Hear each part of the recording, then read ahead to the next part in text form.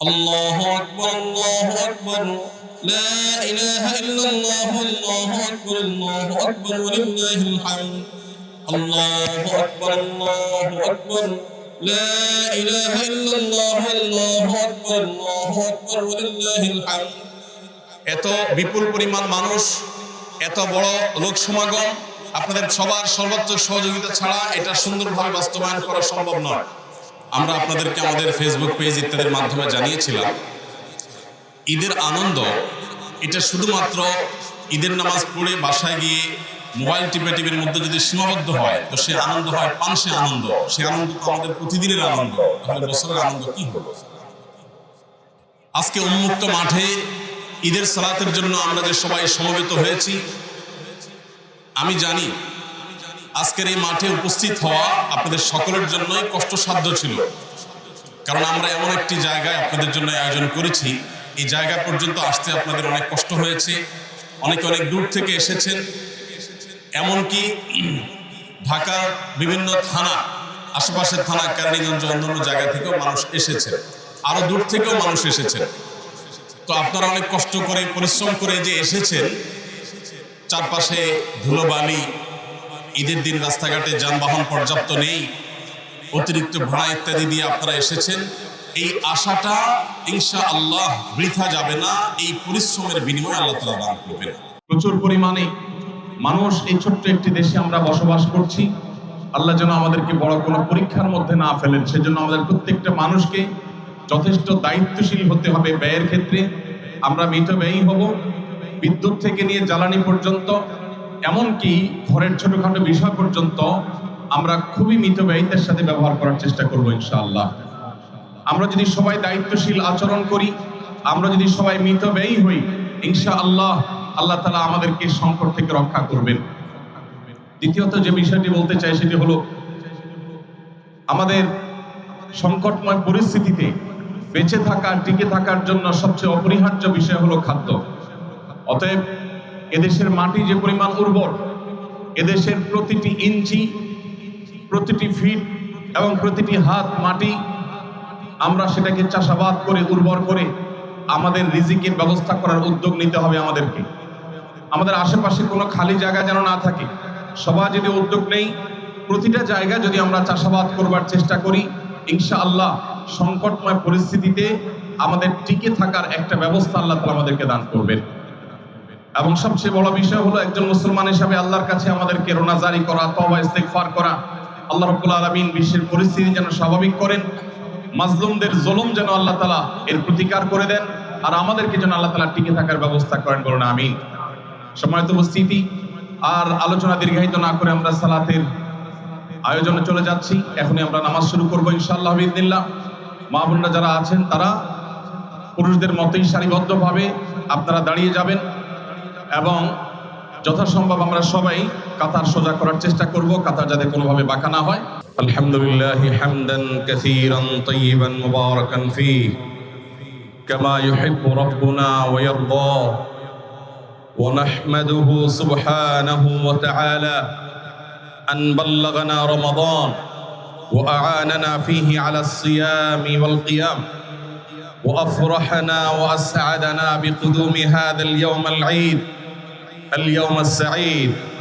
وأشهد أن لا إله إلا الله وحده لا شريك له، وأشهد أن محمدًا عبده ورسوله صلى الله عليه وعلى آله وأصحابه وأتباعه أجمعين إلى يوم الدين. أما بعد، الله أكبر الله أكبر لا إله إلا الله والله أكبر الله أكبر ولله الحمد.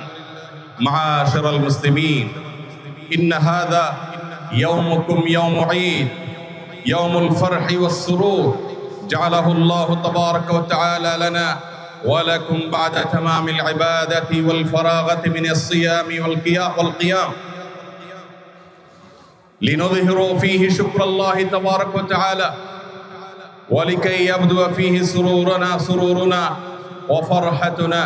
الله أكبر الله أكبر لا إله إلا الله والله أكبر الله أكبر ولله الحمد. عباد الله، رحمنا الله وإياكم، عيدكم سعيد ويومكم يوم مبارك وتقبل الله منا ومنكم صالح الأعمال.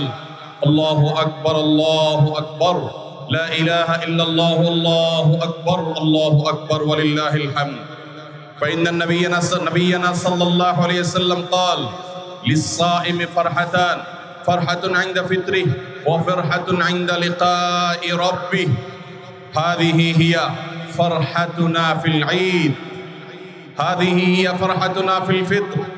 فنسأل الله تبارك وتعالى أن يوفقنا وإياكم للقاء ربنا تبارك وتعالى، إنه هو الموفق والمعين. الله أكبر الله أكبر لا إله إلا الله الله أكبر الله أكبر ولله الحمد. أعوذ بالله من الشيطان الرجيم. قل بفضل الله وبرحمته فبذلك فليفرحوا هو خير مما يجمعون.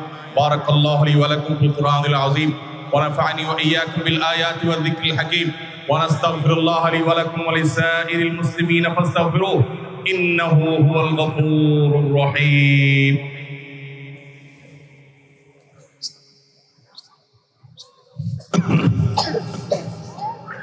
الحمد لله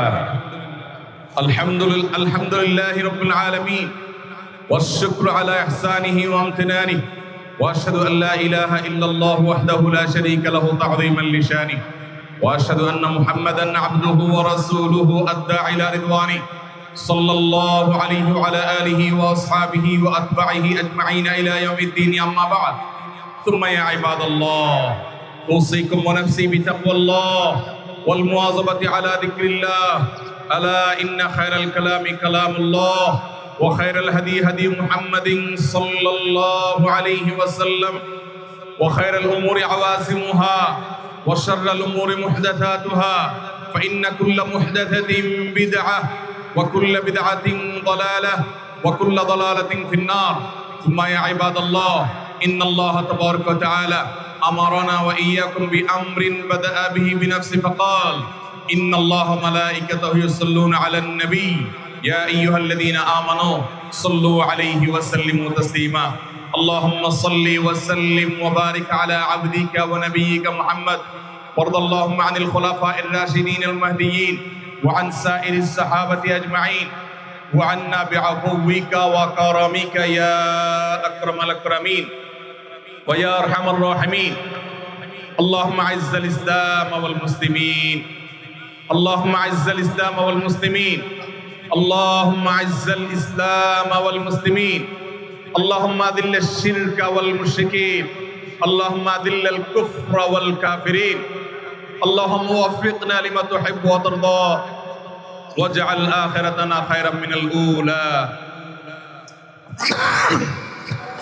اللهم إنا نسألك الهدى والتقى والعفاف والغنى. يا حي يا قيوم برحمتك نستغيث، يا حي يا قيوم برحمتك نستغيث. اللهم ادفع عنا الغلاء، اللهم ادفع عنا الغلاء والوباء والبلاء والزلازل والشدائد والمحن. اللهم احفظ دولتنا هذه الحبيبة ودول المسلمين كلها عن كل سوء ومكروه وشرور وفتن. اللهم انصر من نصر دين محمد صلى الله عليه وسلم واجعلنا منهم، واخذل من خذل دين محمد صلى الله عليه وسلم ولا تجعلنا منهم. اللهم انصر المجاهدين في كل مكان، اللهم انصر المظلومين والمظلومات في كل مكان، اللهم انصرهم نصرا مؤزرا. اللهم أيدهم بتأييدك يا رب العالمين، اللهم انصرهم نصرا مؤزرا. اللهم كن لهم معينا وظهيرا ومؤيدا ونصيرا. اللهم إنا نسألك العفو والعافية والمعافاة في الدنيا والآخرة. أعوذ بالله من الشيطان الرجيم.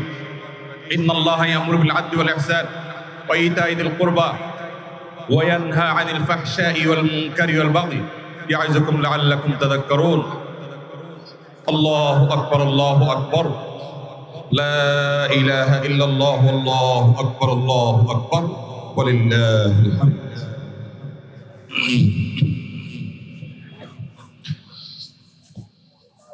আলহামদুলিল্লাহ, সম্মানিত মুসলিম ইকরাম, এর মাধ্যমে আমরা ঈদ উল ফিতরের সালাতের আনুষ্ঠানিকতা শেষ করলাম। আসন্না ফাউন্ডেশনের তরফ থেকে আবারও আপনাদেরকে ঈদের শুভেচ্ছা। তাকাব্বালাল্লাহু মিন্না ওয়া মিনকুম সালিহাল আমাল। সেই সাথেই ঈদ উপলক্ষে যে আয়োজন আছে, আনন্দ উৎসব আছে বাচ্চাদের জন্য, বড়দের জন্য, সে আনন্দ উপভোগ করবার জন্য আপনাদেরকে আমরা বিনীতভাবে অনুরোধ করছি। ঈদের যে সমস্ত সুন্নাহগুলো আছে সেগুলো আমরা যথাসম্ভব পালনের চেষ্টা করব ইনশাআল্লাহ। যার সময় ভিন্ন পথে যাওয়া, আনন্দ ভাগাভাগি করার সেই চেষ্টা করব। আমরা সবার আগে আল্লাহ রাব্বুল আলামিন দরবারে শুকরিয়া জানাই যে আল্লাহ তাআলা আমাদেরকে প্রতিকূল আবহাওয়ার মধ্যেও এই বৃষ্টি বাদলের সম্ভাবনা সবকিছুকে